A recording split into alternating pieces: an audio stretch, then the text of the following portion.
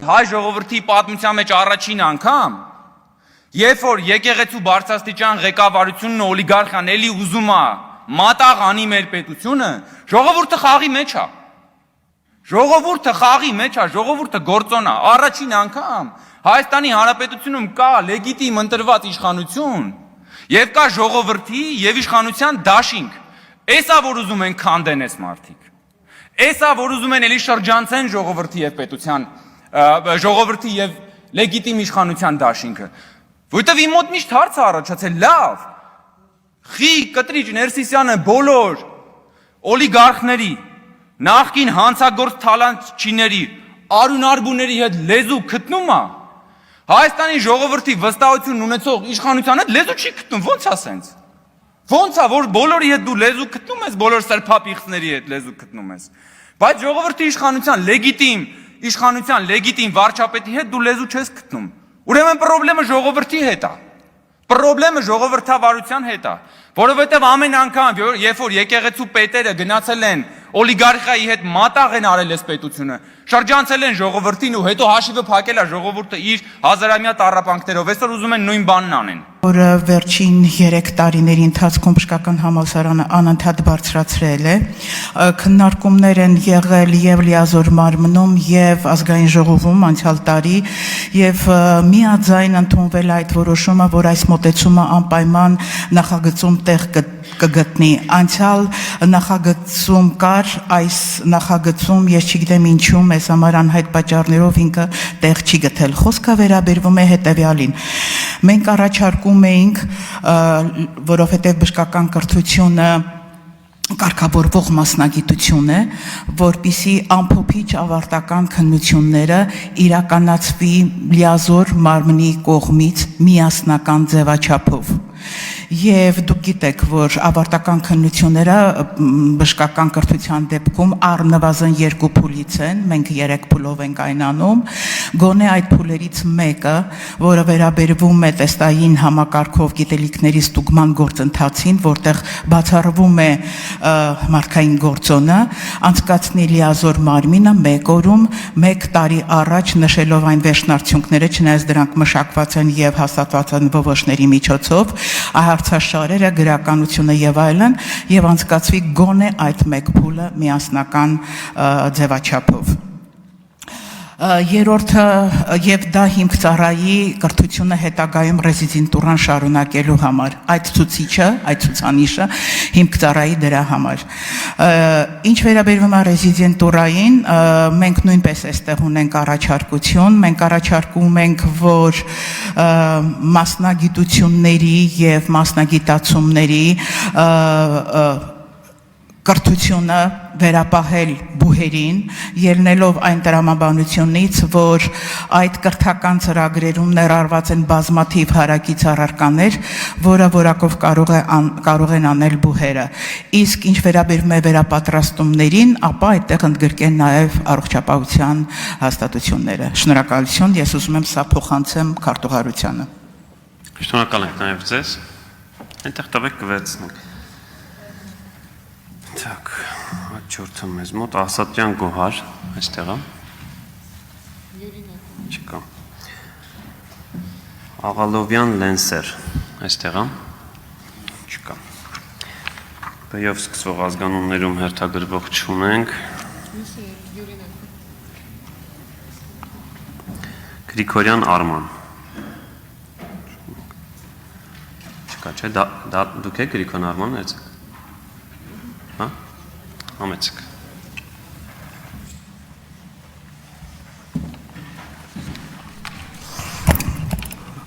Հարգարժան նախարար, հարգելի նախագահող, հարգելի ներկաներ, նախ շնորհակալություն եմ հայտնում հնարավորության համար նման կարևորագույն խնդիրների քննարկման հարթակ ստեղծելու համար։ Չնայած տիկին նախարարը արձագանքեց, պատասխանեց իմ գործընկերոջ հարցին, այնուամենայնիվ մի փոքր մանրամասնեմ, կփորձեմ հնարավորինս հակիրճ անել այն։ Ես Արման Գրիգորյանն եմ, Հայաստանի Եվրոպական համալսարանի ուսումնագիտական գծով պրոռեկտորը։ Հայաստանի Եվրոպական համալսարանը որպես պետության մասնակցության բու հիմնադրվել է 2001 թվականի հոկտեմբերի 15-ին Հայաստանի Հանրապետության եւ մի շարք միջազգային կրթական հաստատությունների կողմից, հիմք ընդունելով Հայաստանի Հանրապետության եւ Ֆրանսիայի, Գերմանիայի, Իտալիայի միջև կնքված միջպետական համաձայնագրերը Հայաստանի Հանրապետության կառավարության որոշմամբ միջազգային համաձայնագրերի հիմքով։ Համազանի կառավարման խորհրդում ներկայումս նույնպես ներկայացված են ինչպես Հայաստանի Հանրապետության կառավարությունը, կառավարության անդամներ, այնպես էլ եվրոպական առաջատար գիտակրթական հաստատություններ Իտալիայից, Ֆրանսիայից, Ավստրիայից, Իսպանիայից։ Մեր ռազմավարական նպատակներից են Հայաստանում տարածել եվրոպական կրթական մշակույթը, ինտեգրվել եվրոպական բարձրագույն կրթական տարածք։ Հետևելով մեր գործունեությանը կարող եք համոզվել, որ Հայաստանի եվրոպական համալսարանը զարգացման բարձր տեմպեր է արձանագրել, սակայն այս ամենը այդքան էլ հնարավոր չէ առանց ճկուն օրենսդրական միջավայրի։ Հարկ եմ համարում նշել, որ մենք մշտապես հետևել ենք օրենքի նախագծերի տարբերակներին եւ հանդես եկել համապատասխան առաջարկություններով։ Այսօր նույնպես ցանկանում եմ ներկայացնել մի քանի դիտարկում, որոնք կարծում եմ կարող ենք դարձնել քննարկման առարկա։ Մեր առաջին եւ թերևս ամենակարևոր շեշտադրումը վերաբերում է բուհերի դասակարգմանը։ Կարծում ենք նախագծի ներկայիս տարբերակը հաջողված է, սակայն այնուամենայնիվ այն չի արտացոլում Հայաստանի Հանրապետության բոլոր բուհերի կարգավիճակը։ Մասնավորապես Հայաստանի Եվրոպական համալսարանը, որը ստեղծվել է միջազգային համաձայնագրերի հիմքով, Հայաստանի Հանրապետության պետության մասնակցությամբ չի կարող ամբողջությամբ դասակարգվել որպես ինչպես պետական, այնպես էլ մասնավոր կամ միջպետական։ Այն ունի յուրահատուկ խառը ձևաչափ, հաշվի առնելով հիմնադրման կարգավիճակը, կազմակերպաիրավական ձևը։ Ցավոք, նախագծի խմբագրման ընթացքում հաշվի չեն առնվել բուհերի կարգավիճակից եւ գործունեության բնույթից բխող էական առանձնահատկությունները, որի արդյունքում նախագծում բացակայում է պետության մասնակցության բու հասկացությունը, ինչը կարծում եմ բաց թողում է։ Կարծում եմ պետության մասնակցության բուհը հնարավորինս ավելի կարող է արդյունավետ կերպով օգտագործվել միջազգային համագործակցության հարթակներում նման կազմակերպաիրավական ձևով բուհի միջոցով որպես կամուրջ այլ ինչպես հետազոտական, այնպես էլ կրթական ծրագրեր իրականացնելու եւ այն Հայաստանի հետ կապելու համար։ Այս փաստը անտեսելով կարծում եմ նախագծում համալսարանն ամբողջությամբ դուրս է մնում դասակարգումից։ Համալսարանը իր ստեղծման օրվանից որդեգրել է միջազգային լավագույն փորձի եւ տեղական կրթակարգի համադրման մոդելը։ Այս հիբրիդային ձևը թույլ է տվել համալսարանին ակադեմիական ազատության եւ բուհական ինքնավարության շրջանակներում մի կողմից հավատարիմ մնալ կրթության բնագավառի պետական քաղաքականության սկզբունքներին, մյուս կողմից միջազգային գործընկերների հետ իրականացնելու մրցունակ կրթական ծրագրեր եւ նախաձեռնություններ։ Առաջարկում ենք նախագծում առանձին տողով սահմանել պետության մասնակցության միջազգային բու կամ ընդհանրապես միջազգային բու եզրույթը։ Նշենք նաև, որ պետության մասնակցության բու ձևակերպումը արկա էր նախագծի նախորդ տարբերակներում եւ անհասկանալի պատճառով դուրս է մնացել ներկայացված ձևից։ Ես մեկ րոպեում ավարտեմ, եթե կարելի է։ Հարկ ենք համարում, որ սա նաև Հայաստանի Հանրապետության սահմանադրության համաձայն բարձրագույն ուսումնական հաստատություններին օրենքով սահմանված շրջանակներում բուհեր ունեն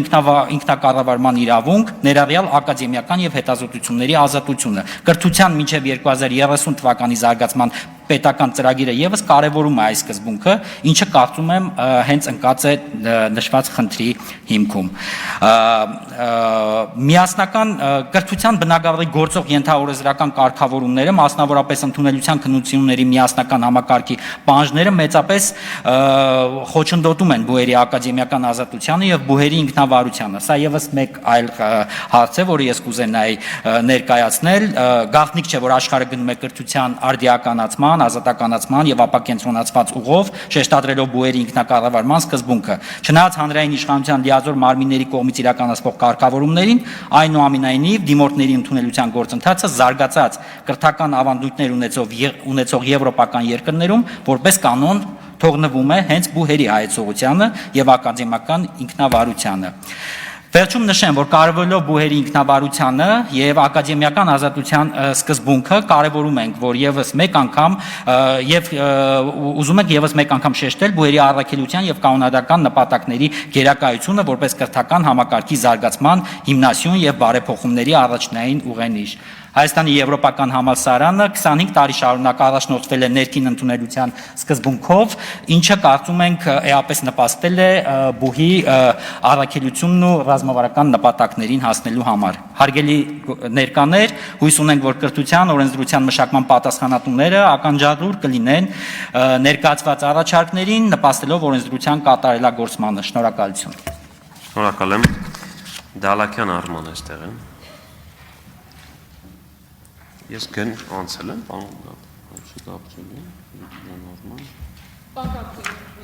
Չկար ձեր ազգանունը գրած ելույթների մեջ, բայց համեցեք, քանի որ արդեն ասում դե իրանից հետո եկեք, հա։ Շնորհակալություն, հարգելի մասնակիցներ, սիրելի հայրենակիցներ, իրականում այսօրվա մեր քննարկումը կրթության եւ գիտության վերաբերյալ շատ արդիական է մեր երկրում, ուստի այսօր կուզենայի խոսել որոշ խնդիրների մասին, որոնց բախվում է գիտությունը եւ կրթությունը, եւ այն շատ պետք է ստանձնի իր հանգուցալուծումը։ Օրինակ Երևանի կենտրոնում սովորող աշակերտը կամ Սյունիքի սահմանամերձ գյուղի աշակերտը նույն հնարավորությունը չունեն B ընդունվելու համար, ինչ ունի Երևանի կենտրոնում սովորող աշակերտը։ Այս խնդրի վերաբերյալ կրթական օրենսդրական բարեփոխումները պետք է երաշխավորեն, որ B ընդունվելը կախված լինի ոչ թե բնակության վայրից կամ ծնողի եկամտից, այլ աշակերտի գիտելիքից եւ առաջադիմությունից։ Մենք ունենք երիտասարդներ, ովքեր սիրում են ֆիզիկա, քիմիա, բայց նրանք չեն տեսնում, թե դպրոցից մինչև գիտնական դառնալը ինչ մեծ ճանապարհ կա։ Պետք է ապահովել գիտության նկատմամբ հետաքրքրություն, դա կլինի թե ֆորումների տեսքով, սեմինարների տեսքով, անգամ մրցույթների ձևով։ Հայաստանում գիտությամբ զբաղվելը դիտվում է որպես ոչ գրավիչ կարիերա, արդյունքում արտահոսքը մշտական է դառնում դեպի Եվրոպական միություն եւ Ամերիկայի Միացյալ Նահանգներ։ Ես իրականում շատ համաձայն եմ այն մարդկանց հետ, ովքեր իրենց ուսման նպատակով մեկնում են արտերկիր եւ մեկնելու են այնքան ժամանակ, մինչեւ Հայաստանը չգիտակցի, որ կրթությունը եւ գիտությունը առաջնային են պետության զարգացման գործում։ Մեր ժողովուրդը շատ է սիրում համեմատվել ուրիշ երկրների հետ, բայց պետք է իմանալ թե ինչով։ Երբ Ֆինլանդիան իր ՀՆԱ-ի 3% ներդնում է գիտության եւ կրթության զարգացման մեջ, Հայաստանը դեռևս 0.25%-ն է ներդնում։ Այս առիթով առաջարկում եմ, որպեսզի Հայաստանի կառավարությունը մինչև 2030 թվականը փորձնական կերպով իր ՀՆԱ-ի 1% ներդնի կրթության եւ գիտության մեջ։ Եվ վստահ եմ, սա հնարավոր է, եթե կրթությունը դիտարկվի որպես ներդրում, այլ ոչ թե ծախս։ Եթե խոսենք համալսարան ընդունվողների մասին, Հայաստանում բու ընդունվողների մեծ մասը ֆակուլտետը ընտրում է պատահական, ինչը անտրամաբանական է։ Դպրոցից սկսած աշակերտը պետք է իմանա, թե ինչ մասնագիտության պետք է շարունակի իր ապագան եւ հենց դպրոցից պետք է առաջնորդվի իր մասնագիտական ուղին։ Մեր ժողովրդի մեջ մինչ օրս չի փոխվել այն խայտարակ գաղափարը, որ ուսանողը պետք է համալսարան սովորի դիպլոմի համար, ինչը աբսուրդ է։ Հայ ուսանողը պետք է բու ընդունվի ոչ թե դիպլոմի անունով, այլ գիտելիքի իրական արժեքով։ Հայաստանում պետք է նաև միջազգային համալսարանների բացման խրախուսում լինի։ Պատկերացնում ենք, երբ Հայաստան կժամանեն աշխարհահռչակ դասախոսները, ՏՏ ոլորտի նորարարները եւ շատ այլ հանրաճանաչ մասնագետներ, ովքեր աշխարհին տալիս են ժամանակակից տեխնոլոգիաներ եւ նորարարություններ։ Ես վստահ եմ, որ այն օրվանից, երբ Հայաստանը սկսի առաջնային դարձնել այս խնդիրները, մենք տարածաշրջանում կդառնանք վերածնվող եւ հզոր պետություն, եւ արդյունաբերությամբ, եւ տեխնոլոգիաներով։ Մեր օրենքները գիտությունը դիտարկում են որպես միայն ակադեմիական երևույթ, այլ ոչ թե տնտեսական շարժիչ։ Ստացվում է, որ մի կողմից ունեն գիտելիք, մյուս կողմից տնտեսություն, բայց այս երկու բևեռները իրար չեն հանդիպում։ Ինչ արդյունք է տալիս սա։ Գիտնականների մեծ մասը ապրում է աղքատության եզրին, գիտական նախագծերը չեն օգտագործում գործնականում, Հայաստանի բիզնեսը ստիպված է օգտագործել ներմուծված տեխնոլոգիաներ։ Իսկ օրինակ Իսրայելում, եթե գիտնական մշակել է նոր սարք կամ տեխնոլոգիա, նա կարող է բուհի հետ համատեղ հիմնել սեփական ստարտափը, վաճառել գաղափար, պահել մտավոր սեփականության իրավունքը եւ միաժամանակ նպաստել երկրի բյուջեին։ Ես շատ կցանկանամ նաև, որ մեծ դեր ունենա նաև հայագիտությունը մեր կրթությունում։ Մենք չպետք է մոռանանք, թե ով են եղել մեր նախնիները, որտեղից ենք սերում, եւ ում շնորհիվ այսօր մենք ունենք պատմություն, կրոն եւ լեզու։ Մենք չունենք նավթ կամ գազ, բայց ունենք մի թանկ բան, որը ամեն ինչից վեր է, դա մեր վճռական ոգին է։ Ելույթս ամփոփելով ցանկանում եմ ասել հետևյալը. Հայաստանում մենք գիտենք ինչպես մտածել, բայց չենք սովորել ինչպես կիրառել։ Գիտությունը պետք է վերածի արտադրանքի, նորարարության, աշխատատեղերի։ Եթե այս կապը չստեղծվենք, կրթված մարդն էլ կգնա արտերկիր, քանի որ ուրիշ տեղ նրա գիտելիքը եւ կրթությունը կգնահատեն։ Եթե ստեղծենք այդ կապը, Հայաստանը կդառնա ստեղծագործ եւ հզոր երկիր, ոչ միայն իր փառքով, այլև իր նոր մտքով։ Շնորհակալություն։ Աչե Գաբրիելյան, համեցեք։ Պարոն Ավագյան, ես առաջնորդվեցի ԱԺ կանոնակարգով դուք ստեղ չէիք, ընթացքում կտամ, էլի, հա, այսինքն եթե վերադարձակ։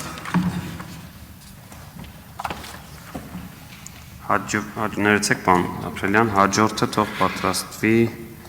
Հարգելի պարոն Թադևոսյան նախարար, հավաս։ հարգելի տիկին նախարար, հարգելի ներկաներ, ես ամերիկյան համալսարանից եմ, բայց կներկայացնեմ ինքս ինձ, ամերիկյան համալսարանը եկող շաբաթ կուղարկի իր դիտողությունները։ Ես ուզում եմ մի շարք հարցերի մասին խոսել, առաջինը բոհերի կատեգորիզացիայի մասին է։ Մասնավորապես, երբ որ խոսքը գնում է հետազոտական համալսարանների մասին, ապա հետազոտական համալսարանները երկրների մեծամասնությունում Եվրոպայի եւ Ամերիկայի ոչ թե ունեն իրավաբանական տեսակի ձև, այլ ձեռքբերովի կարգավիճակ։ Հիմա եթե դա ձեռքբերովի կարգավիճակ է եւ այդ կարգավիճակը ըստ էության անգամ օրենքներում գոյություն չունի, դա Կարնեգի հիմնադրամի կլասիֆիկացիայի խնդիրն է, KR1, R2, R3 եւ դրանցից յուրաքանչյուրը որոշակի ստանդարտներ ունի։ Ինչքան գրանտներ են բերում, ինչքան գումար է ծախսում հետազոտությունների վրա եւ այլն։ Այս տրամաբանության ներքո առանձնացնել որպես հատուկ տիպ, կարծում եմ, որ ինչ որ առումով երկարքավորում է նույն տրամաբանությամբ, եթե մենք խոսում ենք դոկտորական դպրոցների մասին, ապա կրկին դա եթե մենք ունենք շատ խոշոր համալսարաններ, որոնք ունեն տասնյակ հազարավոր ուսանողներ, եւ այդ համալսարանի ներսում կա դոկտորական դպրոցներ մի շարք մասնագիտությունների գծով,